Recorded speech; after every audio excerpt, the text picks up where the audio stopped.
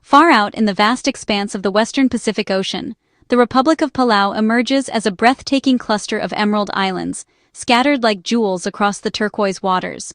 This remote archipelago, with its lush forests and pristine beaches, is a place of extraordinary natural beauty and vibrant marine life, drawing visitors from around the world who seek adventure and tranquility.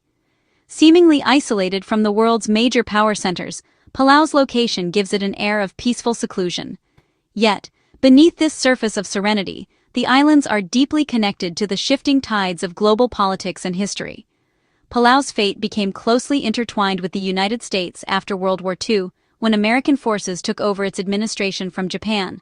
The islands became a strategic outpost in the Pacific, and for decades, the U.S. played a central role in shaping Palau's political and economic landscape.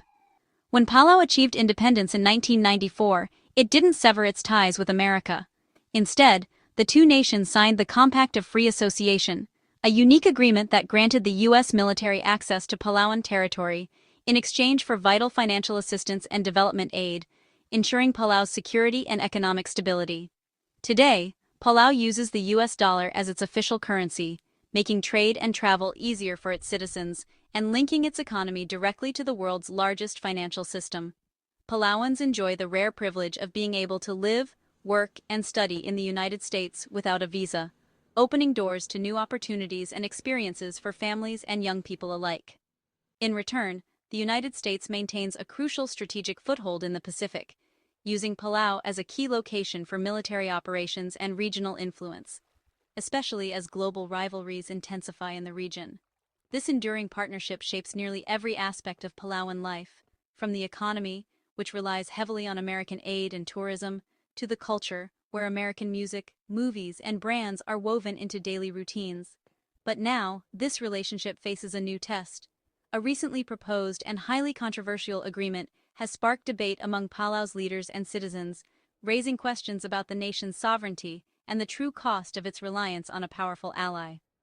Palau's leaders are at a crossroads, tasked with the delicate challenge of balancing their country's independence and identity with the undeniable benefits and pressures of their alliance with the United States. The American presence is felt everywhere, from the supermarket shelves lined with imported goods to the infrastructure projects funded by U.S. dollars, making daily life in Palau a blend of local tradition and foreign influence. For Palauan youth, the connection to America shapes their dreams and ambitions, with many aspiring to study abroad or build careers in the U.S., while still cherishing their island heritage. The latest deal, quietly negotiated over the Christmas holidays, asks Palau to open its doors to people with nowhere else to go, potentially reshaping the nation's demographics and social fabric in ways that are still uncertain. As Palau stands at this pivotal moment, its people must navigate the delicate dance between independence and dependence, weighing the promises and risks of their powerful friendship, a decision that will echo for generations to come. Over Christmas 2025, Palau and the U.S. finalized a striking deal. Palau would accept up to 75 deportees from America. In exchange, Palau receives $7.5 million in aid, $100,000 per person, plus $6 million for its pension fund and $2 million for law enforcement. The total, $15.5 million, a windfall for Palau's small economy. For the U.S., this solves a pressing immigration problem, removing people who can't be sent home elsewhere. The Trump administration made clear, this is about enforcing immigration laws and finding partners willing to help. Palau's cooperation is now a key part of America's broader deportation strategy. The deal's generous terms underscore just how important this arrangement is to both sides. The deportees Palau will receive aren't criminals. They're third-country nationals who can't return home due to diplomatic or political barriers. These are people who, after arriving in the United States, found themselves caught in a web of international politics. They may have fled persecution, sought better opportunities, or simply hoped for a safer life, but now find themselves in a unique and uncertain position. Their origins span countries like China, Cuba, Russia, and Iran, but their home nations refuse to take them back. For these individuals, the journey has been long and complicated, marked by hope, disappointment, and years of waiting. Each person carries a different story, but all share the same fate: They are unwanted by their countries of origin, and unable to build a future in the U.S. Stuck in legal limbo in the U.S., they've committed no crimes, but have nowhere to go. Many have spent years in detention or under strict supervision, living with constant uncertainty. Their lives are on hold, their dreams deferred, as they wait for a solution that never seems to come. Under the agreement, they'll be allowed to live and work in Palau, offering them a fresh start.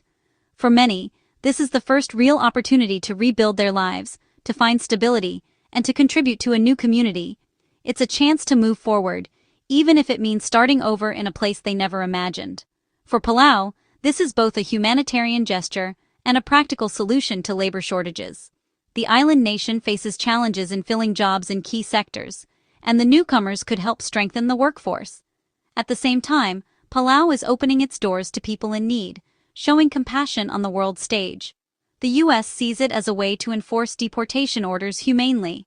Instead of indefinite detention or forced returns to dangerous situations, this agreement offers a rare alternative, one that balances legal obligations with basic human dignity. The newcomers face a dramatic shift, from the U.S. to a remote Pacific island, with a new culture and climate. They must adapt to unfamiliar customs, languages, and ways of life, all while processing the trauma and uncertainty of their past experiences. Their integration will test both Palauan society and the individuals themselves. Success will depend on the willingness of locals to welcome them, and the resilience of the newcomers as they build new lives far from everything they once knew. This is more than policy. It's a human story unfolding on a tiny stage, where the hopes and fears of strangers and islanders alike will shape the future of Palau. Palau's decision was driven by necessity. The country faces labor shortages in key sectors, and the arrival of working-age adults could help fill critical gaps. The $15.5 million in aid is transformative, funding schools, clinics, and infrastructure. The pension fund and law enforcement also get much-needed boosts. For Palau, this isn't just about accepting deportees, it's a strategic move to solve multiple domestic problems at once.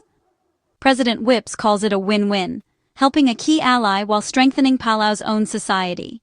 In a world where small nations have little leverage, Palau is using its unique position to secure its future. Not everyone in Palau welcomed the deal. Traditional leaders, including the Council of Chiefs, worried about the strain on limited resources and the lack of a formal refugee policy. Some feared Palau was trading its sovereignty for cash, setting a risky precedent. Others pointed to Palau's tradition of hospitality and the humanitarian aspect of the agreement. The assurance that the newcomers aren't criminals eased some concerns, but uncertainty lingered. Community debates played out in meetings and online, reflecting deep questions about identity and autonomy. The nation is weighing economic benefits against the risks to its tight-knit community. Palau's future, and its sense of self, hangs in the balance. Palau is a tiny archipelago, just 180 square miles and 18,000 people, where any change is felt deeply. Its economy relies on tourism and fishing, both vulnerable to global shocks. The island's beauty is world-renowned, but also fragile and in need of protection. Palau's culture blends modern democracy with traditional chiefs and clans, valuing family and a deep connection to the land and sea. The arrival of foreigners is not just an economic or political issue, it's a cultural one. Palauans are proud of their heritage and cautious about outside influence. Every decision, including this one, is about preserving what makes Palau unique. The Compact of Free Association stands as the backbone of U.S.-Palau relations, shaping the island nation's modern history and future. Signed in 1994, this agreement is more than just a diplomatic formality. It's a living partnership that has endured for decades, adapting to new challenges and opportunities as the world changes. Under the compact, the U.S. military gains exclusive access to Palau's land, air, and sea, and takes on the responsibility for Palau's defense. In return, Palau receives vital financial assistance, which is essential for its economic stability and growth. This arrangement not only secures Palau's borders, but also anchors America's presence in a strategically important region of the Pacific. U.S. assistance makes up a significant share of Palau's national budget, funding critical sectors like healthcare, education, and infrastructure. Hospitals are built, schools are staffed, and roads are paved thanks to this ongoing support, helping Palauans enjoy a higher quality of life and greater opportunities for the next generation. The compact also opens doors for Palauans to live, work, and even serve in the U.S. military without a visa.